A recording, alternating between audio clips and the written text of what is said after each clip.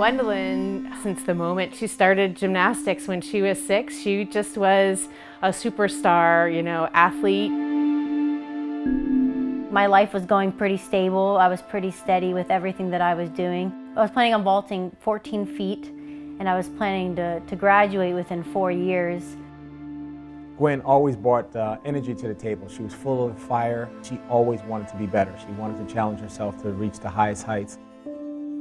I've had a lot of, injuries, strains, ankle twists, and things like that, but I have never had anything remotely similar to this experience.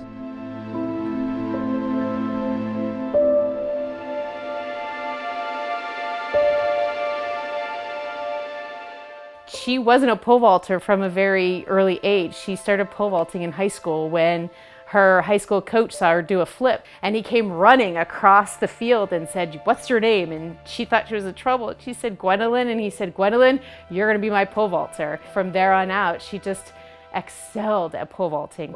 We started with getting some local athletes in, and Gwen was one of the first people came to mind. I've known Gwen since she was in high school. I've trained her at the club level as well as collegiate level for the last couple of years. She has a lot of athletic ability that creates a really good experience for everyone involved, especially the coach, to be able to work with someone like her. Yeah, I was pretty much normal. We got a call from Gwendolyn's boyfriend. I went to class, and in my class at around 2 o'clock, I started to feel a little bit weird, I wasn't really enunciating my words. We noticed that something was off. She wasn't quite acting like herself. She was telling us how she was in class earlier that day, and she couldn't write. She just couldn't take her notes. At 8 o'clock I had a class. It was from 8 to 9:50, I think. And in that class I was completely slurring my words. My legs and my hand were falling asleep, or they were really numb. Myself and another one of our roommates were thinking, that doesn't quite sound normal. Gwen seemed very at ease, because you don't think that something's wrong when you're young and you're 20 and you're healthy, and you never think something could happen to you. It was pretty much a normal day. It was in the evening, and she had texted me at the same time. I just remember just a bunch of texts hey, I think I'm dying, actually was one of her texts. I don't really remember much of the walk home, but I just remember getting into my apartment. When I came out of my room, Mackenzie was well, I think that you need to go to the hospital and stuff. You're acting really weird. You're not enunciating your words right. I was I'm perfectly fine. And when she gets back from her lab, I noticed right away that she was slurring her words. And this was something that I remembered is definitely a sign of a stroke. I got a text from her roommates about what happened, about how she apparently went numb on half her body throughout the day. Timmy then, God willing, was able to drive her to the hospital. So we went straight there, the ER in Laurel. I'm helping her get through the check-in, and then I'm trying to explain to the check-in, hey, this is serious, these are signs of a stroke, and we need to kind of get her seen as soon as possible. I don't even remember, I remember going into the hospital, but I don't remember them giving me an IV. I don't remember getting changed. When we saw her, she was still being her cheery self. The nurses said it's good for her to get up and take a walk every now and then. She was flipping corners, bumping into things. It was kind of scary to see, and I think everyone that was with me when we left the hospital, we all kind of asked each other, are we okay? Because that's heavy, seeing someone is such a cheery person in that state. They did a whole bunch of tests. I think I had a CAT scan, an MRI, an EKG, and I think I was in the hospital for 3 days. And that was when they diagnosed me at first with moya moya. I just basically sat by her bedside and just watched her, the whole time, sitting on my phone researching, what is moya moya?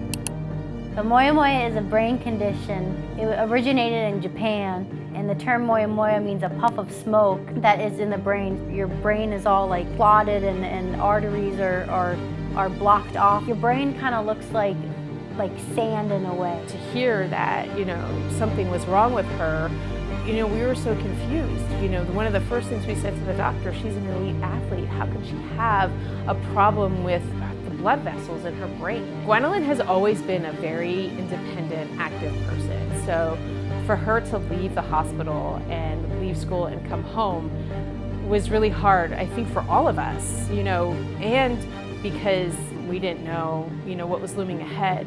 With a spike in coronavirus cases expected, Americans tonight facing massive change, from virtual classrooms and working from home to growing shortages and, for some, indefinite isolation. Then when we visited the doctors at Hopkins, everything was kind of upended. It was on April 1st, I remember. At this point, the country was shut down. The only thing that at this point was open was really grocery stores and, like maybe emergency rooms. Only like super essential. So like my mom, she like went in with me because I was a stroke patient, so she could kind of come in with me and check me in and stuff. So I walked her in, got her checked in, and they told me at the desk that I had to leave. So I went out into the parking lot and was sitting in my car. We just thought it was going to be a routine test, just another, thing that we were just checking off the checklist. They decided to give me another angiogram, and like an angiogram is like where they send a fluid into your brain and such, and it like shoots through the vessels, and the right side it was like okay, and then the left side it was so painful. I don't even know like what can describe the amount of pain that I was in. They called me not long after she was in there and said, we're keeping her in the hospital. My arm went numb and my leg went numb. Then they came in and I was like, I think I'm having a stroke. So then they like took me right from there to the MRI machine. So then I also had a spinal tap, and they like stick a needle into your back and such. And then like they pull out fluid. I was in the hospital, I think it was 5 days, and then they inserted the PICC line. I still have like a little scar on my arm. It was really difficult when Gwendolyn was released from the hospital because she was so independent and so strong. And when she was released from Hopkins, she had a whole list of medicines. The Hopkins pharmacy dropped off literally boxes of medicine. I had to do the steroids through the PICC line. I think I had to do it 3 times a day for 21 days. We had to set our alarms, when we had to administer her IV medicine through the PICC line. She had to have 2 injections in her stomach every day for the blood thinners. Maybe it was like a week into taking the steroids. I just got to this point where I kind of like broke down and just like kind of was thinking, I was like, do I really want this anymore? Do I really want to do any of this anymore? We ultimately decided to go to California in the middle of a pandemic for Gwendolyn to have brain surgery because we knew that the doctor there, Dr. Steinberg, and the Stanford Center was the absolute best doctor in the country. Like traveling across the country during the pandemic was scary. Then we decided on California because like we like researched the doctor, and I think he's been doing the surgery since like the 70s or something. So I was like, he's a pretty good doctor. We just knew that we had to choose the very best doctor and the very best facility that we could because Gwendolyn was only 20. She had, dreams and she had goals. So we knew that going to Dr. Steinberg was really the best decision and really the only option. I was taken to the hospital around 5 a.m. and I said goodbye to my parents. I was so focused on getting brain surgery, I didn't even look back. I was like, I'm getting brain surgery and I'm going to be okay.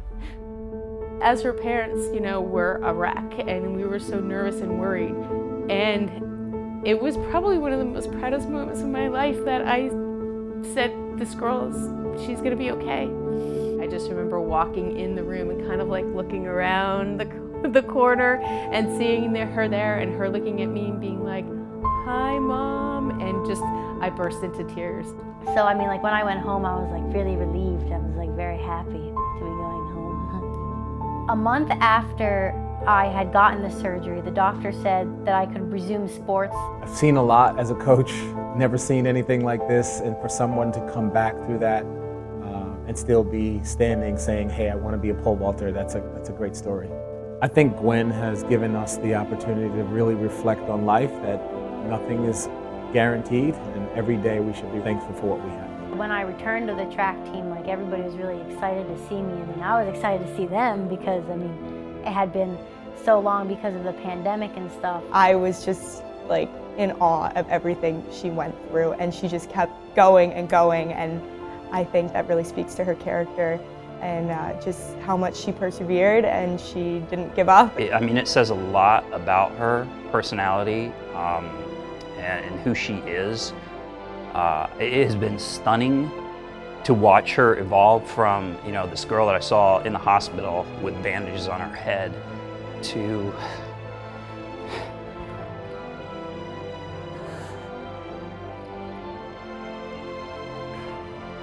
I'm sorry.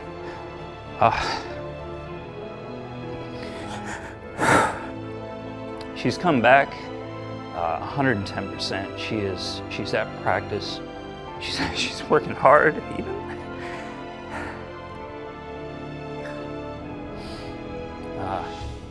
I don't know, she's just great.